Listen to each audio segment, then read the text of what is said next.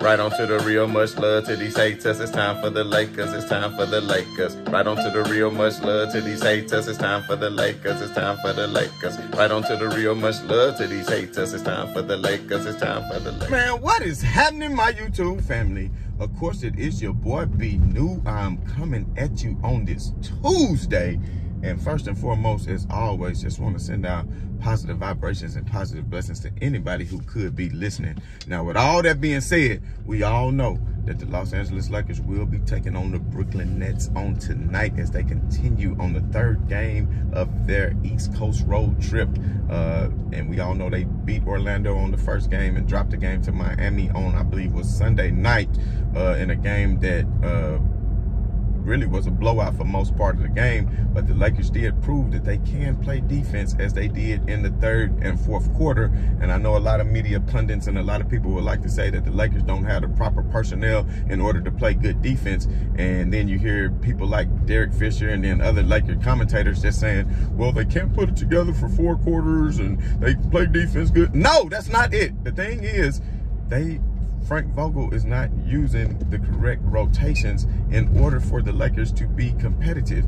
And if you can look at the game and see that the Lakers cut the lead from 28 to like 14, and then cut the lead. Every time they cut the lead, it was with the personnel on the floor with LeBron James as far as the bench players. So if you cannot see that the Dwight Howard, Trevor Ariza lineup is not working and you continue to play that lineup, then you just got a real smooth brain, Frank Vogel, because anybody can see. And even the media after the game were asking, well, what are you doing with the lineups? Why did you not see that the people that were making the comeback is the people that maybe need to get majority of the playing time? Why do you continue to give all these minutes? And then you bring in Wayne Ellington. Wayne Ellington doesn't need to see the floor. Trevor Ariza doesn't need to see the floor. I'm sorry, Trevor Ariza doesn't have lateral movement. He can't keep a defender in front of him. Maybe it's because he's still coming off the ankle injury, but I highly doubt, because he had plenty of time off, plus with COVID protocol. So at the end of the day, we just need to see a rotation of the Lakers' younger core. Kendrick Nunn, of course, was getting some work in and shoot around the other day with Anthony Davis, so maybe he's closer to a return. They did say that he will be coming back in January at some point. We're getting close to the end of January, so it would be nice to see him come into the fold.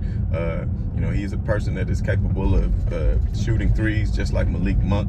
Malik Monk, I think, needs to get some more looks. How can you expect these young players to get into rhythm if you're not giving them the proper minutes and they never know when they're going in, what rotation, who they're playing with, and you just mix and matching rotations based off what you feel or what's going on through the game, instead of nailing down a rotation that is a winning rotation. And with Anthony Davis coming back tonight, because he was upgraded from questionable to probable, then I'm hoping that Frank Vogel has learned something. You know, playing with the small ball lineup has been very effective for the Lakers on the offensive end, but not necessarily as effective on the defensive end, even though you will notice that the Lakers made their comeback with LeBron James at center, and that was against Bam Adebayo. This is not the old days. This is not the 90s and the early 2000s where centers just banging low down in the post, just banging in the post. That's not really what's going to happen unless you got a Jokic or an Embiid, both of those still stretch the floor as big men and can shoot threes, but, you know, have post moves where they use a lot of post moves. But at the end of the day, LeBron James held his own anytime he matched up against Bam, which to me was a great job. He was quick with his hands, even though Miami is a team that does a lot of passing it around and making an extra pass like Golden State. So you have to be quick on your rotations, and you have to know where the rotations are coming from, and you cannot get caught slipping on defense. So with all that being said, the Lakers will be playing Brooklyn tonight, and of course they will be out without the services of Kevin Durant, who we all know is injured, and of course they will be without the services of Kyrie Irving, because we all know that Kyrie Irving cannot play home games in Brooklyn as of yet. So I feel like this is a game that the Lakers should win. But I said that against the Pacers, so we will see what they do tonight. And of course, we all know Brooklyn, Patty Mills had a hell of a game out in LA on last time. He is a great player, but I don't think that the net is going to be looking like an ocean to him today, because he was just throwing up anything and putting it in. And I think if the Lakers can just, you know, maybe kind of shut him down a little bit, maybe let Harden get his, then they can easily go out and win this game because they have the personnel to do so. Brooklyn still doesn't really have anybody who can pound the glass, and we saw what happened to Brooklyn, what was that, on yesterday or the day before, where Brooklyn easily got handled by, I believe it was Atlanta, if I'm not mistaken. So Brooklyn is definitely a team that can be beat right now while they're injured. So the Lakers need to go out and take care of business, move above 500, and then take care of business against Charlotte and then Atlanta to finish up this road trip. It'll be nice for the Lakers to go 4-2 on this road trip. Would be good. I think it's possible. Atlanta is playing a lot better basketball, but at the end of the day, like I said, the Lakers had the personnel to play with anybody. The Lakers are a playoff team. They are built for the playoffs. They're not necessarily built for the regular season because you have a lot of older players, not necessarily saying they're going to give it their all, but, you know, on a Tuesday night in the middle of January, they're maybe not going to play like a Carbello, as hard as it was, just if it's a May or June game. You understand what I'm saying? Because that's when championships are made. But at the end of the day, no team really scares me still. You know, in Golden State, you can see the slump that Steph has been in. Klay Thompson came back, and they still aren't striking any fear into anybody. Phoenix Suns played well last night. They beat Utah, so Phoenix, of course, is a very formidable opponent.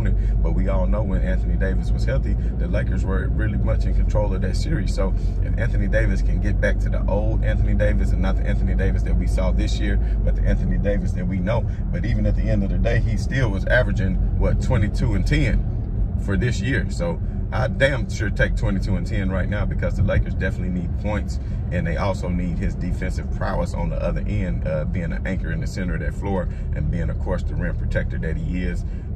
So I would hope that Frank Vogel has learned something and played a small ball lineup, and I would like to see a starting lineup tonight. If it was on me, I would like to see Russ at the 1. I still say keep AB as the 2. I really would say put in Monk, but I know it's not going to happen. I would really rather see, if it was on me and I was the coach, it would be Russ as the 1 and then Monk as the 2, because you need the defense. I mean, you need the offense versus the defense that Avery Bradley give you. But Avery Bradley, if he can knock down his threes, then, you know, that's good. You can have him in there starting as well because he's going to play much better defense than Monk. But he's so sometimey on hitting his threes. But at the end of the day, my starting lineup would be Westbrook, then Monk in the 2, then LeBron in the 3, then Stanley Johnson in the 4, and AD in the 5. But of course, we know he's not going to start Stanley Johnson. If anything, he'll put in Ariza, which I hope to God he doesn't. But if I had to take a guess, what he's going to do is maybe, you know, put LeBron in the 4 and AD in the 5 as your front court, because they have been playing small ball with LeBron at center, and maybe they can continue to do so. And on the defensive end, let AD play center. On the offensive end, let LeBron play center. That way, AD is still more comfortable in that 4 spot. And then on the 5 spot on the defensive end, he can anchor the defense. And then, of course, LeBron James can still call out all the defensive plays and put people in position of where they need to be as far as a vocal leader on that end. And then if you had LeBron James and Anthony Davis as your front court, then potentially you could have Westbrook and AB as your backcourt. And then in the 3 spot, you could, I say not put THT because he's a ball dominant player. Westbrook is a ball dominant player, and LeBron is a ball dominant player. So you really don't want all 3 of them on the court together. In my honest opinion, I think you would rather have, you know, like I said, if it was me, I would put LeBron back in that natural 3 spot, which alleviates a lot of the things that he has to do on the defensive end, and also allows him to be more of a point forward. And then once you do that, then I would say you could have Stanley Johnson and Anthony Davis in the front court, because now you have, if you got Avery Bradley, Stanley Johnson, and Anthony Davis all in the game at one time, then you got 3 players who you know are going to be playing good defense. And then you still have LeBron James, you know what he can do on the offensive end. Then you have AD, you know what he can do on the offensive end. Then maybe Avery Bradley can get it going, because if he's going to get open shots, then he can knock them down. And Westbrook, you know, he's been shooting the ball a little bit better from 3, but if he's actually been handling the ball better, not having a lot of turnovers too. So that's a good thing. So hopefully that's something that we can look forward to, him not turning the ball over. But the main thing is, we just need Russ to cut to the rim and get points. And I think this will allow LeBron to get his rest, and you can see more of a combination with Russ and AD, who I think have a pretty decent chemistry together. And, you know, Westbrook can just cut to the hole and create for others. Because if the Lakers can break down defenses and kick it to the open shot, which I didn't have any problem with Wayne Ellington if he was hitting the threes. Now, if he's getting wide open threes and you're not hitting it, then you're useless at this point.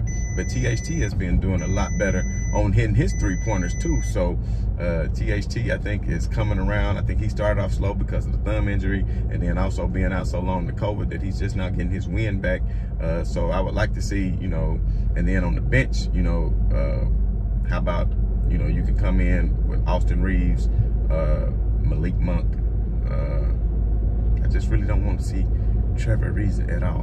But if you have to, let him come off the bench and play with Monk and Austin Reeves and Stanley Johnson, because then you still have people that's going to play defense, and then of course Melo, who can get it going on the offensive end. So there's a lot of different ways. I think having Anthony Davis back is going to give Coach Vogel a lot more different combinations that he can use in order to go out and win basketball games. And once the Lakers get to reeling off these wins, you better ask somebody, because I'm telling you, what they're gonna do is they're gonna win off about 7, 8, 9 wins in a row, the same way Dallas did. Because if you look back a few weeks ago, where was Dallas? Right around that 8th, 9th, 10th spot. Nobody thought anything of them. Then what they do, start to get a little healthier. They start to put together a few little win streaks, and once they put together those win streaks, now look at them, they 6, 7 games above 500. And that's where the Lakers need to do. Their problem has been they win a game, lose a game, win a game, lose a game, win a game, lose a game, win a game, lose a game, win a game. Y'all thought I was stuck in the Matrix thing. Y'all thought I was on repeat, but that's basically what they were doing. Win a game, lose a game. You understand what I'm saying? So hopefully the Lakers can go ahead and they will put together a streak. And I think they're going to put together this streak starting tonight when they beat the hell out of the Brooklyn Nets. And that's what I would like to see. And I think that's what they will do. And then, of course, they always struggle in Charlotte for some reason. But I think because MJ owns that team, that LeBron want to show out, and he want to continue the streak that he's been going on, which is absolutely amazing. And I'm telling y'all, if LeBron James continue to play like what he's playing and doesn't get injured, like he had the unfortunate injury last year with the high ankle sprain, which I think really was a detriment to him playing, and you can see that he really wasn't himself when he came back. He was not nearly putting his head down and getting to the hole the way he is now, which only goes to show me that he was not fully healthy last year. Even when AD went down, it was too much of a load for him to carry. But with AD coming back, if AD can finally get that 17-foot shot going that he just kept bricking the hell out of, hopefully he's just been practicing and practicing. I did put a video up of when he was doing the shoot-arounds, y'all, and when he was doing those shoot-arounds, he made about 15 of those in a row, but that was in practice. So we got to see what he can do during the game. And once they come out together and build some team chemistry and cohesion, I'm just telling you, they're going to be a tough out for anybody, you know. And I still feel like the Brooklyn Nets, fully healthy, is still the best team in basketball personnel-wise, although I still think they lack some of the things that you really need to win a championship. And that's why I think they would struggle against a team like Milwaukee once the playoffs start, if indeed Drew Holiday and Chris Middleton can step up and make the plays that they made last year, which I think they absolutely can. And then, of course, Portis is going to do his thing, which he missed a lot of games last year as well due to injury. But now that he's back and fully whole, even though they are without PJ Tucker now, I think Portis is definitely going to make up for that. And they signed somebody else. I can't remember who it is. But, of course, they got players that's more than capable of hitting threes. So, at the end of the day, you know, this is not just going to be a gimme finals for any team. No team is just going to walk over anybody. I think it's going to be very interesting. You got young teams like Memphis who actually come down to earth the past couple of games. You saw what Dallas did to Memphis just a couple of nights ago. Now, I will say this about Memphis. Memphis is still missing their best wing defender in Dylan Brooks. And also they're missing Aaron Bain, who I think is one of the best, is a great defender and a great knockdown three-point shooter, and it's very detrimental that they have him in order to be successful. So Memphis, they're not fully whole, and they will be, and they'll be somebody to tend with. So I feel like, you know, the only team that can really beat the Lakers in a 7-game series once they're fully healthy and the coach can figure, if the coach can ever figure out the correct lineups and stop being such a damn dummy, that the Lakers can definitely still contend for a championship, even with the currently constructed team, once you bring back Nunn, because you have to have another ball handler who is capable of scoring. And during training camp, the Lakers were very high on Nunn based off what he was doing. And now all of a sudden him having that knee bruise and being gone kind of threw a wrench in their plans. So I just feel like, you know, once Nunn is back healthy and you can get him in rotation, and LeBron plays like he's capable of playing, and if Anthony Davis is a so-called top 75 player that they say he is, and he can start playing as such, then I'm telling you, like KD said about AD, he's a video game cheat. Well, that's what he say. So let's see it, you know. Now, the Lakers just need to stay whole and healthy. And once they do, when they start to figure it out, even though it's only, what, 35 games left. I know I said it's just preseason. I know y'all haters said, oh, it's just after Christmas, oh, you know, All-Star break. But realistically, that's when everything gets ramped up leading into that All-Star break. And then everybody going to get a week off. And when they get their week off and come back fresh and ready to make that run, you better ask somebody. You better ask somebody. I guarantee it's not one team out there that's going to be saying, you know what, we want the Lakers in the first round. It's not going to be one team out there that's saying, you know what, we want the Lakers in the first round. Nobody going to say that. Trust. Because nobody want to see LeBron James in the playoffs, fam. Nobody want to see that. We saw that they did get eliminated in the first round last year for the first time in LeBron James history. But, of course, we know they were dealing with injury. And, of course, the supporting cast did not show up and show out the way that they could have. And I credit a lot of that to that of Phoenix, who played great defense, and Crowder, who played great. And also, you know, Chris Paul, who, you know, that speaks for himself. But at the end of the day, man, we are going to see, and like I said, I predict tonight that the Lakers will win, get back towards 500, and they will take care of Atlanta and Charlotte, even though Charlotte is playing great basketball. If Anthony Davis come back and play the way that we know he is capable of playing, and LeBron James continue to do things that he's doing, then it won't even be close. Do you understand me? So, as always, man, it's going to be very interesting to keep an eye on the needle of the Lakers and see what they do. Of course, very interested to see what that starting lineup will be. Put down in the comments who you think should be the starting lineup with Anthony Davis back, and who your rotations would be, even if you were going 9 deep or 10 deep, which I think the Lakers really should just go maybe 9 deep and not even use Trevor Ariza at all. But at the end of the day, we know that's probably not going to happen. I would like to see the Lakers, you know, just utilize Monk, THT, Austin Reeves, and Stanley Johnson, you know, as far as bench players and rotational pieces. But LeBron James is, even though he said he's feeling great, he is 3rd in the league in minutes at 37 years old, which to me is unacceptable. They got to find a way to give LeBron more of a break throughout the game, because you're going to need him for this playoff push. So we'll talk more about it tomorrow. Looking forward to the game tonight.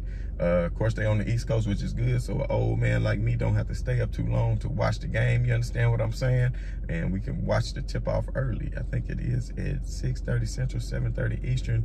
And put down in the comments as well who you think will win and why. And, of course, if you haven't already, please subscribe to the channel.